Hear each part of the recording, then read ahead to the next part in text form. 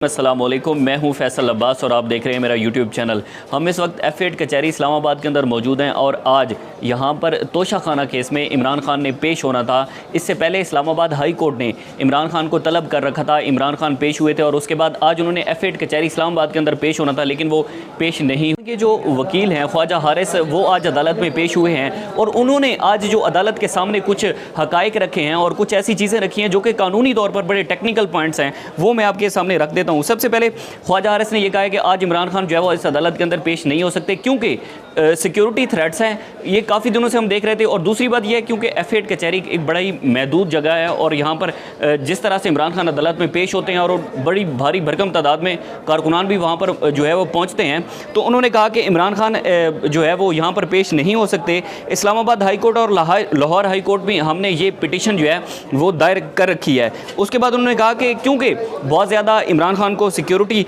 Threats हैं और उन पर इससे पहले जो है वो हमला भी हो चुका है, जिस वजह से वो अदालत में पेश नहीं हो सकते।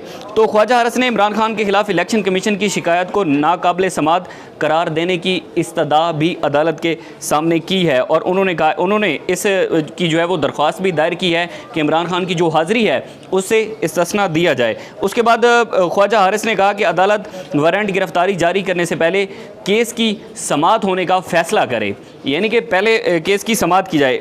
उसके बाद इमरान खान की जो काबिल समाअत होने का, ये दरख्वास्त काबिल समाअत है या नहीं है? ठीक है, केस काबिल समाअत भी है या नहीं है? हाँ, यही कहा था। नहीं। अच्छा, केस की समाअत, ठीक है। इससे पहले से करना। इससे पहले ख्वाजा हारिस ने मौक़िफ़ रखा कि आप ये भी देखें कि क्या ये केस जो है वो काबिल समाअत है भी सही या नहीं। उसके बाद उन्होंने उसी में उन्होंने दूसरी दरख्वास्त भी दायर की जिसमें उन्होंने कहा था कि इमरान खान के वारंट गिरफ्तारी जो है वो जारी नहीं हो सकते। उसके बाद इमरान खान के वकील ख्वाजा हारिस ने इलेक्शन कमीशन की जो शिकायत थी वो भी मुस्तरद करने की इस्तदा की है और उन्होंने कहा है कि इस पर कुछ कानूनी सवालात हैं जो कि उठाए गए हैं। उन्होंने कहा कि इमरान खान के ख़िलाफ़ शिकायत भेजते हुए कानून को जो है वो मलहूज़े खातिर नहीं रखा गया। इस हवाले से उन्होंने कहा कि जब भी इलेक्शन कमीशन किसी सूरत में भी जब शिकायत भेजता है तो इलेक्शन कमीशन अगर शिकायत भेजना चाहे तो कानूनी तरीक़ाकार क्या होगा, इस बात को बिल्कुल मलहूज़े खातिर नहीं रखा गया और जो चीज़ें हैं वो इमरान खान को शिकायत जो है वो भेजी गई।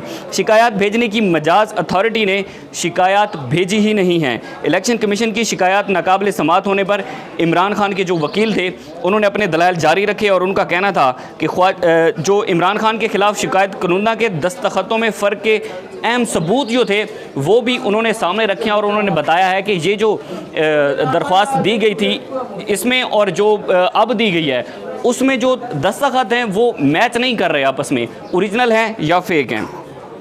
उसके बाद उन्होंने कहा कि तोशा खाना केस में शिकायत कानूना के नाम पर कोई और दस्तखत करता रहा है। अच्छा, ये हमारे सिद्दीक जान साहब हैं, उन्होंने लिखा कि कैलेबरी फ़ॉन्ट के बाद एक नया स्कैंडल जो है वो इसमें सामने आ रहा है। तो उसके बाद उन्होंने कहा कि इमरान खान के ख़िलाफ़ तोशा खाना केस में इलेक्शन कमीशन के अलावा भी कोई और एक्टिव है, शिकायत कुनिंदा के दस्तखत कोई और भी करता रहा है और ख्वाजा हारिस अदालत के सामने उन्होंने ये सबूत जो है वो अदालत के सामने रखे हैं कि सिर्फ इलेक्शन कमीशन नहीं बल्कि कोई और भी इसमें दस्तखत करता रहा है।